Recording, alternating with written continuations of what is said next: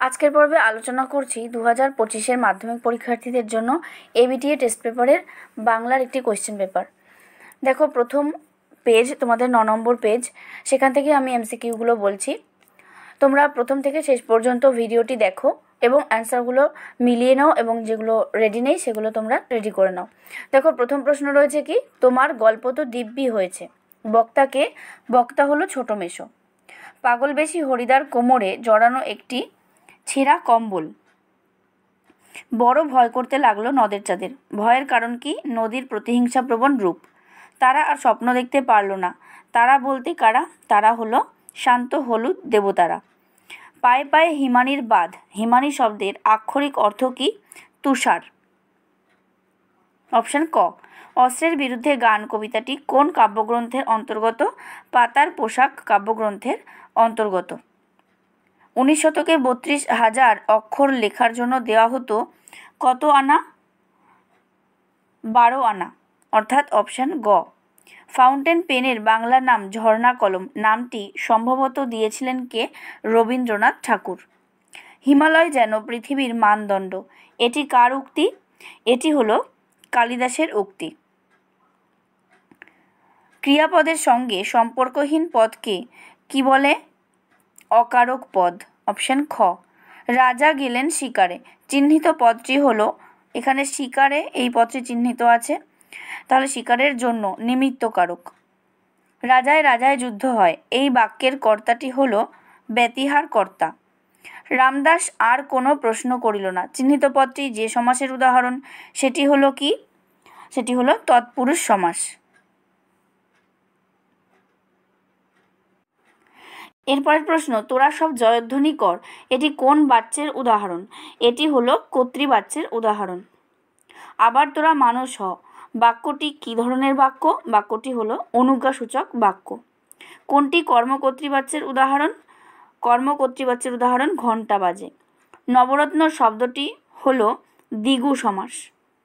এরপরে 19 নম্বরের যে পার্টটা রয়েছে, অর্থাৎ 19টা প্রশ্নের উত্তর করতে হবে, এসিকিউ টাইপ কোয়েশ্চেন। একে, সারা বাড়িতে শোরগোল পড়ে যায়। শোরগোলের কারণ কি? সারা বাড়িতে শোরগোল পড়ে গিয়েছিল কারণ সন্ধ্যাতারা পত্রিকায় তপনের গল্প ছাপা হয়েছিল। 2 নম্বর প্রশ্ন কি? বড়বাবু হাসিতে লাগিলেন। বড়বাবুর হাসির কারণ কি? গিরিশ মহাপাত্রের উৎকট নেবুর তেলের গন্ধে থানাশুদ্ধ সব লোকের মাথা ধরিয়ে দেওয়ায় জগদীশবাবু তাকে ছেড়ে দেওয়ার সিদ্ধান্ত নেয়। এটাই বড়বাবুর হাসির কারণ। 3 নম্বর প্রশ্ন, জগদীশবাবু কিভাবে সন্ন্যাসীর পায়ের ধুলো পেয়েছিল? জগদীশবাবু একজোড়া কাঠের খড়মে সোনার বোল লাগিয়ে সন্ন্যাসীর পায়ের কাছে ধরলেন। তখন সন্ন্যাসী নতুন খড়ম পরার জন্য বাধ্য হয়ে পা এগিয়ে দিয়ে তা পরলেন, আর সেই ফাঁকে জগদীশবাবু পায়ের ধুলো নিয়ে নিলেন।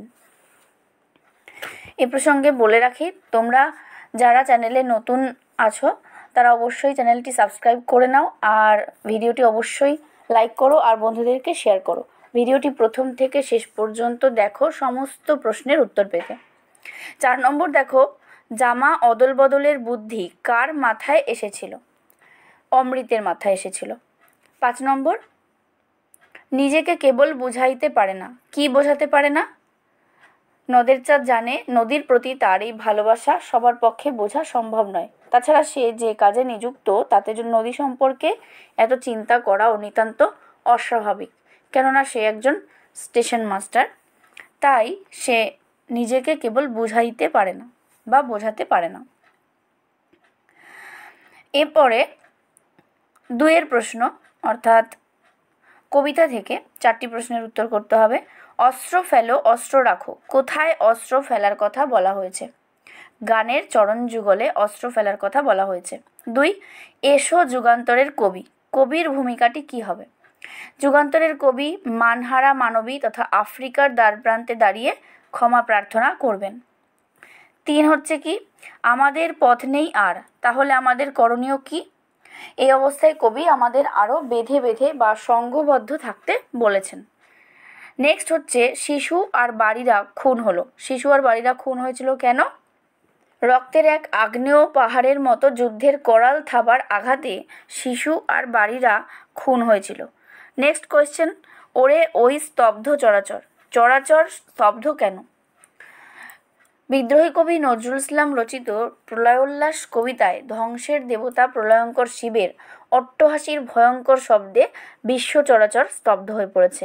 এই স্তব্ধতা মুক্তিকামী মানুষের মনে কোনো এক আসন্ন ঝড়ের ইঙ্গিত বহন করে আনে।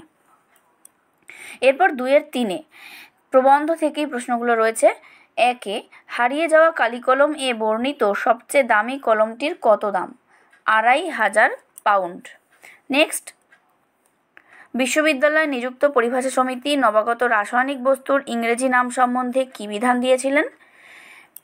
উত্তরটি হবে নবাগত রাসায়নিক বস্তুর ইংরেজি নামই বানানে চলবে, যেমন অক্সিজেন। এরপরে 3-এর প্রশ্ন কি? আমরা ফেরার পথে কোনো পুকুরে তা ফেলে দিয়ে আসতাম। বক্তা কেন পুকুরে ফেলে দিতেন? হারিয়ে যাওয়া কালিকলম প্রবন্ধে প্রাবন্ধিকেরা কলাপাতাকে হোম টাস্কের খাতা হিসেবে ব্যবহার করতেন। সেই কলাপাতা গরু খেয়ে ফেললে অমঙ্গল হবে মনে করে তারা কলাপাতাকে পুকুরে ফেলে দিতেন। 4 নম্বর কি আছে? পরিভাষার উদ্দেশ্য কি? পরিভাষার উদ্দেশ্য হলো অর্থ সুনির্দিষ্টকরণ ও ভাষা এবং ভাবের সংক্ষিপ্তকরণ। এই হয়ে গেল তোমাদের টেক্সট থেকে। এরপর যেটা রয়েছে তোমাদের ব্যাকরণ পোর্শন থেকে। 4-এর 1-এ দেখো, শূন্য বিভক্তি কাকে বলে? এখানে বলে রাখি তোমাদের 8টি প্রশ্ন থাকে এসএকিউ হিসেবে ব্যাকরণ থেকে।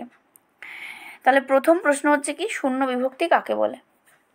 যে শব্দ বিভক্তি পদের সঙ্গে যুক্ত হয়ে শব্দকে পদে পরিণত করে কিন্তু নিজে অপ্রকাশিত অবস্থায় থাকে এবং মূল শব্দটির কোনো পরিবর্তন ঘটায় না, তাকে শূন্য বিভক্তি বলে।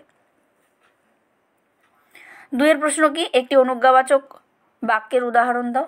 অনুজ্ঞা বলতে আদেশ উপদেশ বোঝাবে, যেমন সদা সত্য কথা বলবে। 3, এ কার লেখা? কর্তৃবাচ্যে পরিবর্তন করো। কর্তৃবাচ্যে পরিবর্তন করলে হবে এটা কে লিখেছে। 4-এ বাক্যাশ্রয়ী সমাস কাকে বলে? যে সমাসে সমাসবদ্ধ পদগুলি একমাত্রায় লেখা হয় না, এমনকি সবসময় পদ সংযোজক চিহ্ন দ্বারাও যুক্ত করে লেখা হয় না, বিচ্ছিন্নভাবে লিখিত এই সমাসকে বলা হয় বাক্যাশ্রয়ী সমাস, যেমন বসে আঁকো প্রতিযোগিতা। 5-এ রয়েছে কি, সমধাতুজ কর্তার একটি উদাহরণ দাও। সমধাতুজ কর্তার উদাহরণ যেমন খেলোয়াড় খেলে, গায়ক গায় ইত্যাদি। পঙ্কে জন্মে যা ব্যাসবাক্যটি সমাসবদ্ধ করে সমাসের নাম লেখো।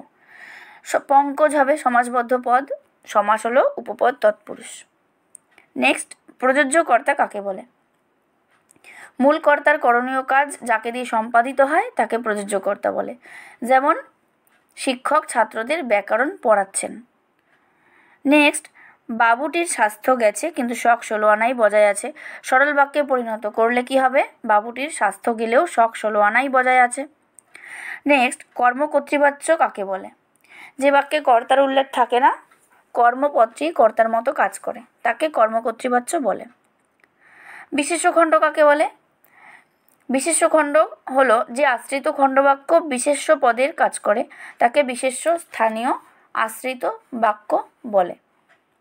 আজকে তোমাদের এই পেজটি নিয়ে আমি আলোচনা করলাম। পরবর্তী পর্বে আমি তোমাদের পরের যে পেজটি রয়েছে 65 সেই পেজটি নিয়ে আলোচনা করব। ভিডিওটি ভালো লাগলে অবশ্যই লাইক করো, আর চ্যানেলে নতুন হয়ে থাকলে অবশ্যই সাবস্ক্রাইব করো, আর বন্ধুদেরকে শেয়ার করো, লাইক করো। ভালো থেকো, টাটা।